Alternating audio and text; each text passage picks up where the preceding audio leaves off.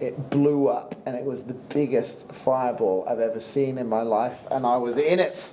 So it blew up in your hands? It blew up in my hands. Hello and welcome to another YouTube video. This is where I bring you some of the best performers I think in the world and introduce them to you. And today we have Shade Flamewater, but I'm going to let Shade tell you all about your life and what you do and everything, but he is one of the best at what I saw. So please, Shade Flamewater, that you said earlier, that was your real name. That's my name, baby. That's my name. It's my ID and everything. That is incredible. What a name, Shade Flamewater. Wow. So how did you, well, in fact, tell the audience, what do you do and where did you, grow up and how did you get into it? And I'll let you... Oh, I'm from Sydney, Australia. I'm a fire performer, fire magician, fire wizard. I've been obsessed with all elements of fire and magic that involves fire ever since I was a little kid. Ever since I first saw a busker on the street eat fire, I was obsessed. And, right. I think I must have only been around 14 years old when I started playing with fire. As a skill, and I think maybe by the time I was like 18, 19, 20, I felt like I'd learned everything that there was in fire eating, and I thought I'm too young to know everything that there is in fire eating. So then I really studied, and I studied a lot of magicians that had worked with fire, and found a lot of old magic books, old documents of fire magic and fire reading from as early as the 1700s, 1800s. Wow. And tried to translate all these old words into modern, into what the modern ingredients were, to learn really interesting and maybe a little bit too dangerous for an 18-year-old to be playing around with. But yeah, I've always been obsessed, and so I guess that's probably the reason why people see me as like the fire wizard, is because I try and take a lot of old stuff, I make it new. I take a lot of new stuff and make it weird. Yeah. But if it's fire, I'll read it, I'll try it, and I'll experiment. That's incredible. The first time I met you was at Cirque du Soleil. That's where I was. Right. Oh, I forgot about that. Because I do nightclubs and I do magic, and then you walked into the dressing room and I'm like, wow, this guy's got some amazing style. I didn't know what you do. I thought maybe he does fire. Likewise, baby. In fact, I'm wearing pretty much what you kind of wear. Basically, when you work. I feel a little bit underdressed today. Actually, I wasn't expecting to run into you. Otherwise, I would have done extra. No, but I'm sure I'm going to put some clips of you actually in action in this video, so they can actually see you. And I'm going to put all your social media links below and that sort of thing. But yeah, so I've seen a lot of fire performers, I would say, not fire eaters, but fire performers in my time.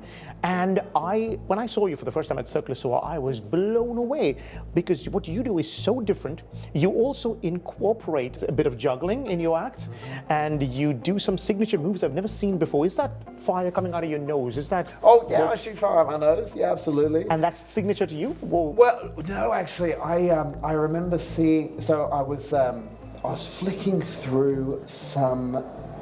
It's funny you should ask me that because I wish I could remember the name of this book. I was flicking through some old fire magic book that was in black and white print, because the last print of this was before like color printing was invented. I can't remember the date that the last print was, but it had a photo of a guy.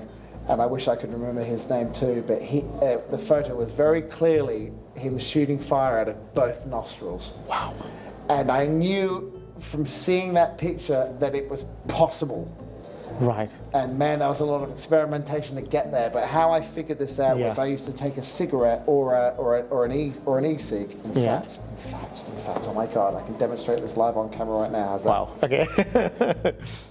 And so what I did was I drew the smoke. So I first learned this with a cigarette. I'm going to demonstrate this with the vapor in a second. And I drew all of the vapor into my mouth. With my lips closed, I closed my jaw so that it would create pressure, and then I slowly exhaled through one nostril. Okay. That way, I'm not inhaling the gas. I'm just bringing it into my mouth and pushing it through my olfactory and out of my nose, and it would look something like this. Now, in order to ensure that you don't get any fuel or vapor into your lungs, you take a full lung of air first, Use your mouth pressure only to suck.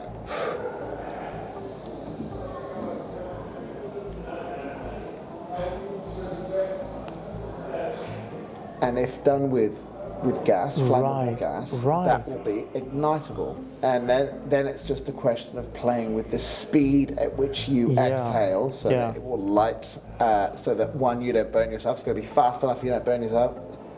It's going to be slow enough that it will work and you will see it. That's how I learned it, was just messing around with a cigarette, because at least with a cigarette or with cigarette smoke or with a vapor, you can actually see it before you light it on fire. And then it was like, okay, well, if it works with what I can see, then it should work on fire. And unfortunately, I had the mental wherewithal to do it up first. Yeah. And once I knew that I could do it up, now I can just kind of do it. That is incredible. So I wanted to ask you about the places you perform, because obviously they have to have a certain license for fire and that sort of thing. I saw you at Circle Soar and you do Proud. Is there any, what else, where else do you perform? Oh, mate, like, the great thing about fire eating and the kind of small fire stuff that I do is you can basically do it anywhere if they'll let you. Okay. So like, I would absolutely be capable of doing fire in this room without doing any damage to the surroundings. However, I would never be game, because this is the magic circle, and I know that there is too much value in the history of this place for anyone to ever say, yeah, that's okay. So places like this, I wouldn't even bother to ask. Right.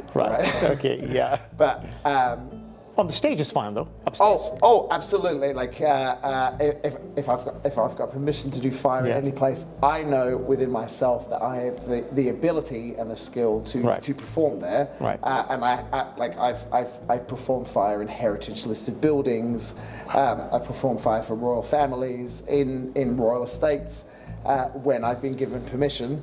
But sometimes the royal family member's not there to give you permission, sometimes the president's not there to give you permission, and sometimes they're just like, I've seen you and I know you're that good, but even still, some board of directors is going to kill me if I say yes to this. So, okay, and that's fine, and that's all part of being a fire performer. It's much like being a magician.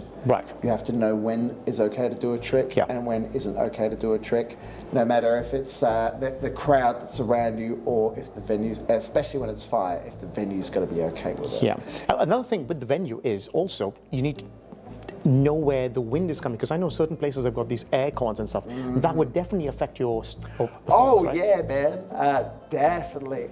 Although something that I say to my students a lot is when you learn the craft, because I always teach my classes indoors. I'll try and find like a big warehouse or a big barn or something like that where all the wind is shut off, so it's a very still environment, which is a perfect place to learn, but it's not a very realistic place to perform. Because even when you're performing indoors, there will always be a door that opens, windows open, an air conditioning unit, a fan, even just having 100 people in a room, the air's moving around. So I said to all my students, learn in perfect conditions and then relearn outside. And so the UK obviously is a good example, because most people live in a matchbox and they don't have a double garage to go. Like I grew up in Australia. We had a nice big double garage. We could close the doors down and practice in that.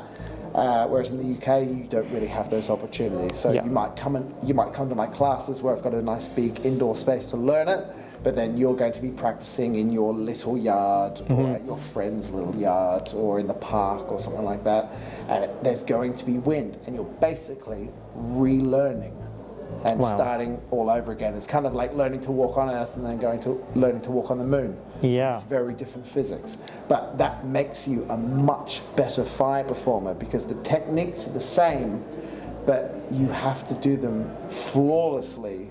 When you have wind conditions, you have to really make sure that everything is perfect, and that's how I try and teach it in the classes. Even sometimes I'll even take my students outside and go, now that we've done all of these tricks indoors, now we're going to try some of the easier stuff outdoors, just so you can get used to how the physics changes. But look, if you can only do your shows indoors, you are writing yourself off from a lot of performance opportunities. Yeah. And being able to say, yes, I can do that outdoors, with wind permitting. Yeah. You know, if the winds are over 20 k's an hour, yeah. lighting your lighter. It's not. Yeah, of course. Yeah. Exactly. Like lighting your lighter, let alone doing a fire show. Yeah. But yeah, if you're not able to do anything outdoors at all, then you're a hobbyist. Yeah, true. You know? Of But course. if you can do it anywhere, then you're a professional, in my opinion. Amazing. And you said you students. In fact, we have one of your students here today. And one of the best students. One of the best students. So so obviously people could contact you, and you're still teaching now in London, or? So I have been taking a bit of hiatus from teaching, mostly because of COVID. In the meantime, one of my greatest students has really put the time in to not only learn what I do, but learn how to teach. Has been doing a bit of a world tour. Nice. I believe he's just gone through Europe. He's in the UK right now. He's going to be going through America very shortly. Oh yeah, we're going to get some clips of you also in this video. He's very, very good, and he annoyingly is a little bit younger and maybe a touch more handsome. He's definitely got a lot more hair than I do. But I still got another couple of tricks on this guy. Nice. So, until he catches me, I won't feel too bad about it. But also thank you for the microphones and the second camera. So I think in this video you're probably going to get the best audio you've ever seen on this channel, because we've got multiple microphones and multiple cameras and that sort of thing. So yeah. That's it. And that's another thing I like about. There are some students, and I'm sure you've probably come across this in your career as well. There are some students that really invest in being the best. Yeah. And so, like, Leo's not only learned from me, but has gone and learned from the other best magicians in the world. Wow. Whether it's close up, stage, the best videographers, the best Instagrammers, to really like get to know the craft and what it means to be a magician or a fire performer in this modern era. Yeah. And I mean, shit, I've been doing this since before YouTube was a thing. Yeah. So even now I'm like, hey man, how do you do Instagram Reels? Yeah. How do you? I'm the same. Don't worry. What's TikTok? Yeah. Like, I don't get that shit, you know. So like putting the time in to learn all those things that I think. Like, and that's what's made me comfortable to say, like, if you're not going to get lessons from me, get lessons from this guy, because I know that putting the time in to invest in teaching someone to be good, not just, I'm going to take your money because I've learnt a thing that you can't do.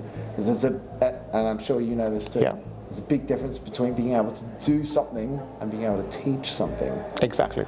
Yeah. And that's the big, and that's how I know I can go, like, yeah, you can learn stuff from this guy because he's teaching the way I teach. Amazing. So what if you can't? So let's say the number one best way to learn is from the two of you, or learn from someone. But what advice would you give someone who is watching this in a country where there's absolutely no one? I mean, Zoom could be a one-on-one way, but what is a good tip for them to start? I mean, absolutely, the best way to start is get an online class. Okay. And both of us do online classes. Yeah, online classes, doesn't matter where you are in the world, you get an online class. If English isn't your strong suit, or Hebrew isn't your strong suit, or Spanish or French, which are there's another person that I work with that's very fluent in those two languages. Okay. If you're not fluent in those languages, and you really, really want to learn, how I learnt was I got every book, every PDF, every YouTube video on fire eating, fire magic, fire breathing, fire walking, everything that's fire. Read it all, learn it all, forget it all, and make your own things. Absolutely. At this point, I've gone and I've taken a stunt class where they light your whole body on fire. Wow. I've done a course where you learn to walk on fire. I've done everything, and these aren't things I do on my shows. These are just things that I live and breathe, and I'm obsessed with how to work with fire. Amazing. I don't know if you're familiar with Bruce Lee, the martial artist. He has a very famous speech about be like water. Yeah, I've seen that speech. Water, you put water into a cup, it becomes the cup. You put it into a bowl, it becomes the bowl. Change the word water for fire. Yeah. And that's how I look at the craft, is be like fire. Focus all of your energy into fire, learn everything you can about fire. I nerd out reading material safety data sheets on different kinds of fuels. That's how obsessed I am with fire. So I don't want to go into details about your secrets about the certain types of fuels used and that sort of thing. I guess if you want to learn all of that, check out Shade's classes, right? Or hit you up on social media and book classes, I guess. Yeah, sure. But in terms of performing, I've seen you do other stuff too, like sleeping on a bed of nails and on broken glass and people walking over you. That's obviously not in fire, but it's still, where did you decide to do that? Is it like a character thing, or is it like a sideshow thing? So, see, here's the thing.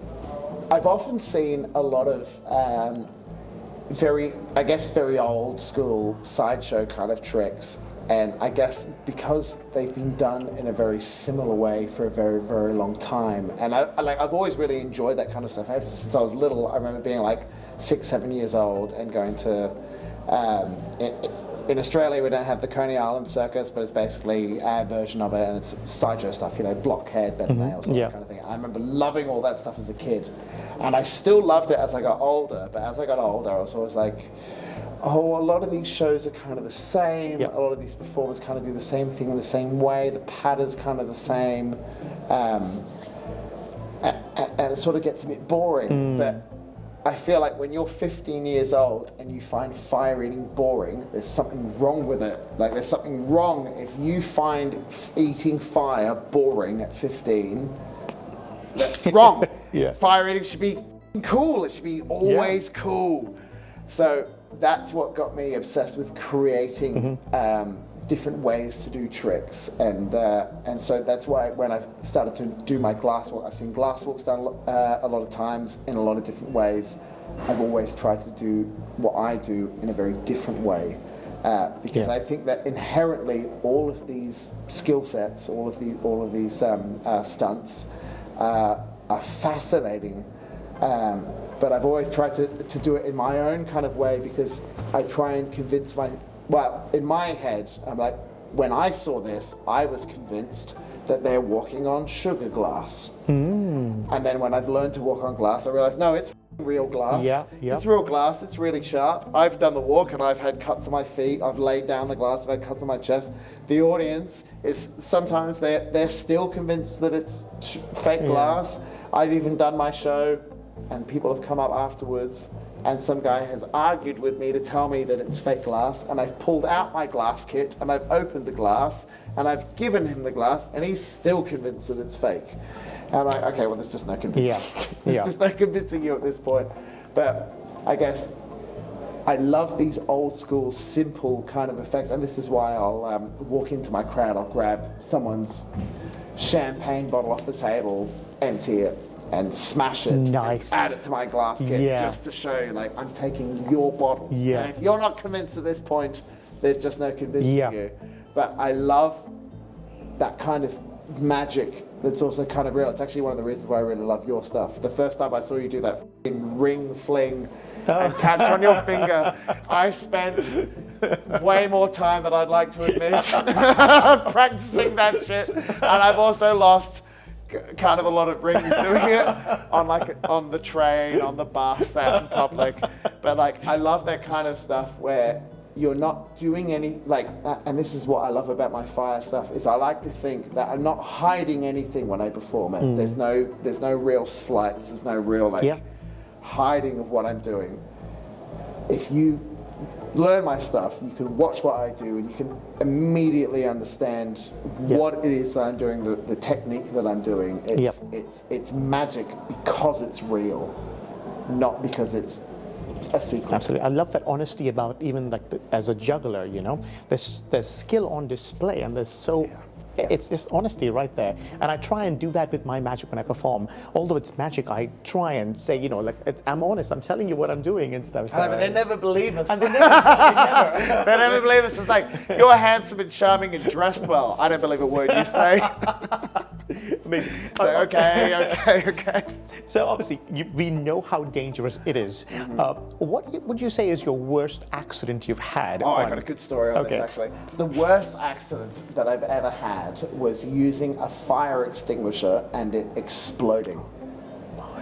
So, and this is a great like public service announcement for all fire performers out there. So there are several types of fire extinguishers. You've got your foam ones, you've got your water ones, you have your ABC chemical dry powder extinguishers, and you have your CO2 extinguishers.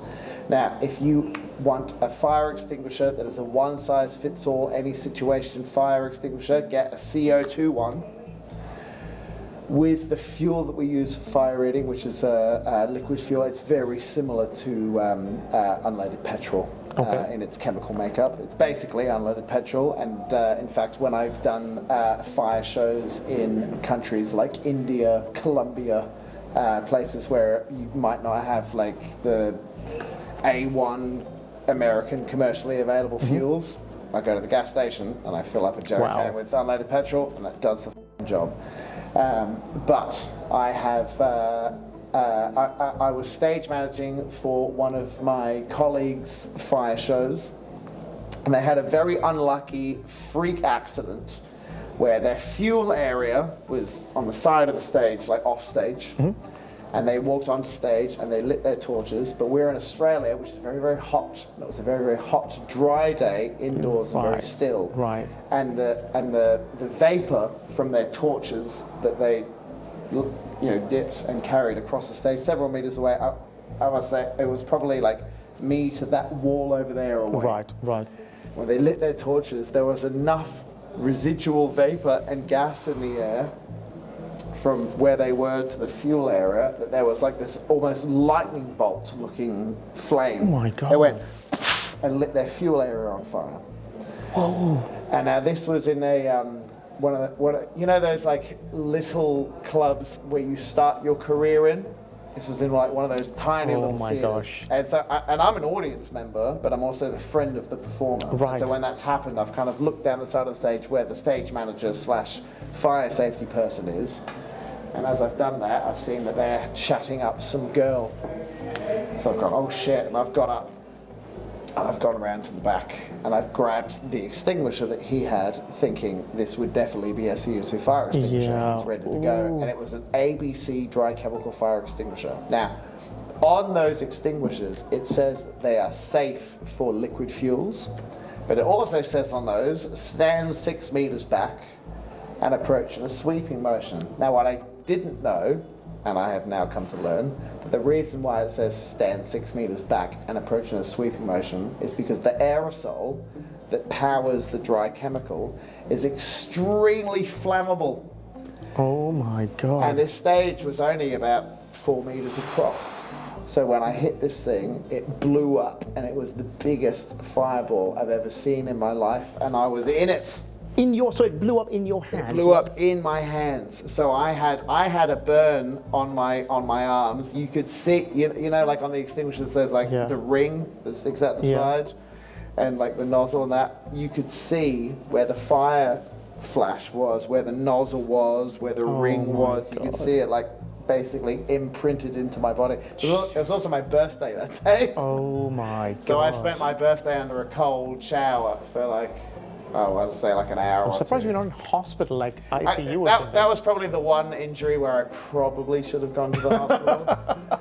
But at this point, oh my God. But at this point, I was like well into the fire, the fire life, and I was like, yeah, okay, this is a bad one, but it's also only surface level burn. I also, fortunately, and the one saving part of this story was the curtains at this venue were fireproofed, and I knew that. Okay. So when I hit it and I got lit on fire, like fucking Guy Fawkes lit on fire, I jumped into the curtains and wrapped myself, and I was out in seconds. Wow. I was out, but man, I was so hurt for a good couple of days. It really hurt, but no scarring, no major burns, and fortunately my face was fine. Didn't get anything on my head or face. It was all just like hands, chest, legs, feet. I didn't have any shoes on at the time. Oh my God. I like just done my show, so and my costume was like this. I don't know. I basically just had like shorts on and not much else. Yeah. And that was definitely the worst. So you really need to know how, all of these things, because you, just by having the knowledge that you could wrap around or whatever, you saved your life. Yeah, I mean, I don't know if I saved my life. I definitely saved a lot of scarring and a lot of like real bad burns because I was the fuck on fire, man. I was well on fire. Wow.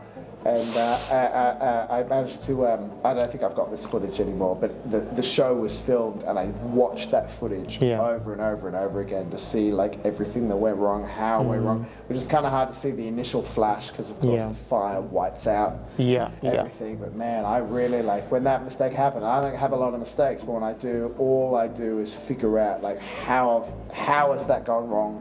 Why has that gone wrong? And now I said everybody's like, don't ever get a chemical fire extinguisher in your kit. Make sure there's CO2. A CO2 extinguisher will put out every kind of fire, electrical fire, fuel fire, paper fire, any kind of fire. Wow. So I've actually had meetings with the Fire Department of Australia and the fire departments within America about extinguishers.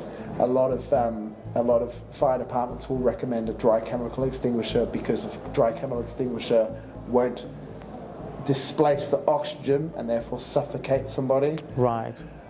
But I gotta tell you, pretty much the only way to do that is to lie someone down in a bath and fill the bath with CO2 and make them lie there. And like, that's just not a realistic situation. If somebody's on fire, put them out.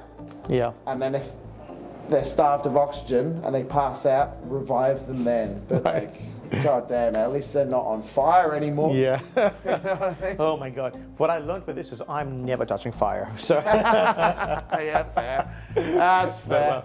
I could talk to you for hours, Shade. You are wonderful. You're one of the best. I think Henry would also say he's one of the best fires, isn't it? It's Henry White, ladies and gentlemen. Henry White, baby. Hey, what's up, baby? He's in the interview. Hey, good to see you, man. I can say tell them something about Shade. When I was 13 to 18, I was a fire performer. I gave up because of various issues, and I saw Shade 6 months ago, and I went, I didn't realise it could be that good, and suddenly I want to do it all again. And I've sent people to see the show that he's in, just to see him exploring the other 4 hours of the show. He's one of my favourite acts to do in the show, in the Pride show and stuff. Yeah, so it's wonderful. But I'll let you wrap up. Okay. Well, there you go. Hey, thanks, Henry. Good to see you, bro. I will post a link to Henry's interview that I did with him a while ago, and I'll put that in the link below too. But there we go. I could speak to you for hours, but we have to end this because we have the magic circle and the batteries are going to cut off. But yeah, thank you for watching. I hope you enjoyed this interview. I will put, as I said earlier, all of Shade's details down below this video. Go and check him out because he is wonderful. And I hope you enjoyed this and have a wonderful time. And I'll see you in the next video. Hey, bye-bye. Thanks for having me, man. Appreciate it. Amazing. Excellent. All right. Thank you. Thank you very much. That's great. Yeah. Disappointed you're not wearing your beautiful gold. I know. I was thinking about it, and I was like, oh, do you know what? I was like, forget it. I'll just wear the normal collar. It's a bit of a signature of yours. It is. It is. I'm always in my gold. Yeah. Like every time I see it, I'm just like, oh, I want to see that gold dragon. I know.